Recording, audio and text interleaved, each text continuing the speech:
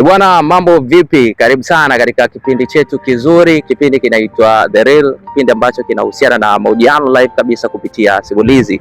Na leo niko na ndugu yangu hapa tena kupiga story nyingi sana kuhusiana na maisha yake, kuhusiana na harakati zake ambazo yeye anazifanya. Bwana, ndugu yangu, mambo vipi kwanza? Aisee, safi kabisa. Basi harakati zinaendaje? anashukuru Mungu, harakati zinaenda, sio au sio? Kwanza kabisa, watu ambao wanatutazama wanatamani kukufahamu wewe ni nani na ikipendeza unajishughulisha na vitu gani?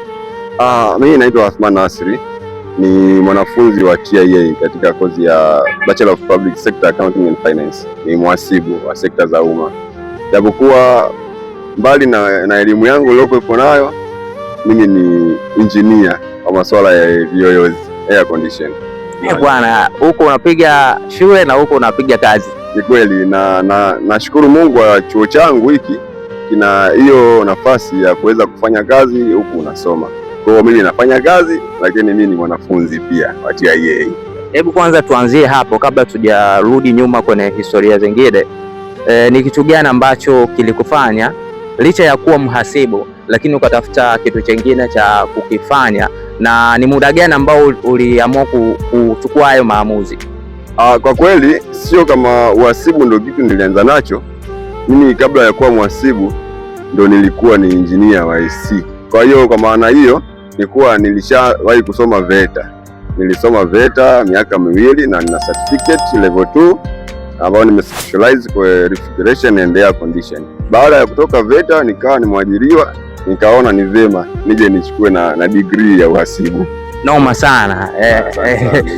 Bwana, turudi nyuma kidogo kwenye harakati za masomo huko shule ya msingi, sekondari. Ni momenti gani ngumu unaikumbuka katika harakati za kielimu? Kwa kweli ni kitu ambacho kilinikuta katika safari yangu ya elimu, ni kuwa kwa unavyoniona mimi umri umesogea. Kwa hiyo sikupaswa kuwa na sasa hivi ninaitafuta bachelor. Ilibidi mimi nishamaliza muda mrefu, lakini historia yangu ya elimu kirudi nyuma ni muda mrefu sana. Nimemaliza elimu ya sekondari, lakini kwa bahati mbaya Mungu hakunisaidia, yani haikutokea kufaulu, nilifeli. Na kilichofanya niende VETA ni kutokana pia nilifeli. Nilipata ufaulu mdogo sana, nikaenda VETA nikajifunza. Baada ya kujifunza nikaingia kazini kwenye harakati, ninafanya kazi na kujishughulisha na mambo mbalimbali. Baadaye kilichokuja kunipelekea sasa kuendelea na hii elimu ni kuwa VETA nilisha miaka miwili level 2, nitaka kuendelea mwaka wa 3 chuo, lakini ufaulu wangu yani chuo hakikuendana na ufaulu wangu mimi. Kwa hiyo sikuwa admitted na kile chuo kuendelea na mwaka wa 3 kutokana na ufaulu wangu. Kwa hiyo ndio ilinipelekea kunipa hasira ya kurudi shule kwenda. So naamini ukarudi sasa kwenye QT au ilikuwaje? Haikuwa QT sababu nilishafanya mtihani wa form 4, ilikuwa ni reciters. Kwa hiyo nilienda ku recite mtihani. Nilipo recite mtihani nikafaulu, nashukuru Mungu. Nilipofaulu nikasema niende na advance. Nikaenda na advance huku nafanya kazi, nikasoma nayo advance ile ya mwaka mmoja, nikafaulu vizuri, nikaja chuo sasa. Hivi nachukua uhasibu sekta za umma. Nataka nijue umri ulishaenda, umemaliza zako form 4 pale, lakini matokeo hayakuwa mazuri. Ukaingia sasa mtaani ukakaa na kurudi tena shule. Ni ugumu gani ambao ulikuwa unaupata wakati unaendelea na hiyo safari yako ya masomo, yani kurudia sasa hiyo mitihani au kurudia hayo masomo? Ugumu kwanza ni support ilikuwa hakuna, na sababu nilipomaliza kidato cha 4 niliingia kwenye kazi za mtaani kabla ya kwenda VETA. Kwa nilikuwa nafanya kazi ngumu kwa ujira mdogo, lakini ilikuwa na namna huko nilikuwa najipambania mpaka nakuja pata fursa ya kuja kwenda chuo. Ni ngumu, nilipambana. Nilikuwa na usaidizi kidogo wa ndugu, nilipambana kwa ugumu, nasoma unashinda na njaa nini, lakini mwisho wa siku nikagraduate, nikapambana na maisha ya mtaani kabla ya kupata kazi. Nikaja nikapata kazi, nalipwa kidogo, lakini nashukuru sasa hivi kidogo mambo yamekuwa mazuri, na ndio maana pia ikapelekea kushawishika kuja kuendelea kuchukua elimu ya juu, elimu ya chuo kikuu. Okay, kuna kijana ambaye yuko mtaani sasa hivi, labda let's say alimaliza form 4 kama wewe na akaferi, akaona labda safari ya elimu ndo imeishia hapo. wewe una ushauri gani kwa mtu kama wewe? Yaani kwa kweli mimi mtu yoyote nikiwa nazungumza naye kwenye swala la elimu huwa namwambia kufeli elimu haimaanishi ndio mwisho wako wa elimu. Huwa mimi naamini ipo njia na unaweza kufanya kitu kafika pale ambapo unapataka.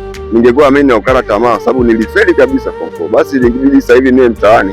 Lakini nilisubutu nikasema inawezekana, nikarudi shule, nikaanza upya na nikafaulu, na nipo sasa hivi chuo kikuu na nachukua degree ya uhasibu. Kwa hiyo namshauri mtu asikate tamaa. Ukifeli anza tena, inawezekana. Au sio? Ndio. Nimekuwa inspired sana na simulizi yako kwa sababu sijawahi ku experience mtu ambaye amekata masomo lakini baadaye amefanikiwa. Kwanza nikupe hongera katika hilo. Asante sana. Okay, sasa tukiachana na habari hizo za masomo za nini, turudi hapa chuoni sasa. Wewe ni mwanachuo, natamani utupe experience yako ya hapa chuoni. Ni vitu gani ambavyo nyie kama wanachuo mnapitia, au kuna mtu ambaye anatamani kufika hapa, vitu gani ambao unaweza kuzungumza naye akaelewa mazingira ya chuo? Kikubwa kwa sababu mimi nasoma kama session ya evening, huwa ugumu unaopitia sisi ni swala la muda, la kumanage muda kutoka kazini unawahi chuo madarasani. Lakini kwa wale wa full time sina experience nao, lakini nadhani pia wana mambo wanayapitia. Lakini kija kwa mimi wanafunzi ambao naingia session ya jioni, ugumu huwa ni muda, huku jaribu kufanya kazi kazini umridhishe bosi, lakini pia uwahi uje chuo. Nakuta muda mwingine njiani foleni, unachelewa. Ukifika pale nzio washafika mbali au maliza kipindi, basi hamna namna, ugumu ni huo. Lakini kwa masuala ya elimu ukisoma jioni, ukisoma mchana, ukisoma asubuhi, ni hivyo hivyo, sababu wote tunafaulu, tunapambana na wote tunafika tunapotaka. Kumbe kuna uwezekano wa kusoma na kufanya kazi. Upo kabisa kwa 100%. Sasa kwa chuo chetu hiki cha TIA wameweka hiyo room na ni rahisi tu, ambao ukisoma jioni utafundishwa vipindi vyote kama yule ambaye anasoma asubuhi. Au sio? Ndio. Shukrani sana kuweza kupata nafasi ya kuweza kuzungumza na wewe. Neno moja la mwisho kwa vijana wenzetu ambao wanatutazama, kwa watu ambao wako lika kama la kwako, kitu gani ambacho unaweza kuambia? Kitu ambacho naweza kuambia vijana wenzangu au na watu wengine hata kama wamenizidi umri, ni swala la elimu haina mwisho na unaweza ukapambana na ukaifikia. Kwa hiyo kama kuna mtu alikata tamaa kwa sababu alishafeli, ana uwezo wa kurudi tena shule. Arudi shule, aanze upya, apambane, atafika tu.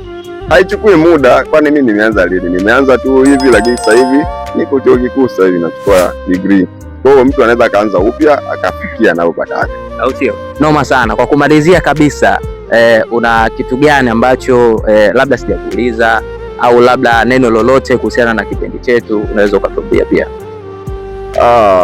Hapana, kwa ulioniuliza nahisi anatosha kabisa kutoa elimu kwa vijana wenzangu. Kwa hiyo yote hayo ulioniuliza ndio ambayo yanamgusa kila kijana, kwa kila mmoja apambane kufikia malengo yake basi. Naomba sana. Bwana, huu ndio mwisho wa kipindi chetu kizuri. Kipindi kinaitwa The Real. Ni kipindi ambacho kinahusiana na mahojiano live kabisa kupitia simulizi. La kujina naitwa Salki, kiniita Mr. Solman, inakuwa noma zaidi.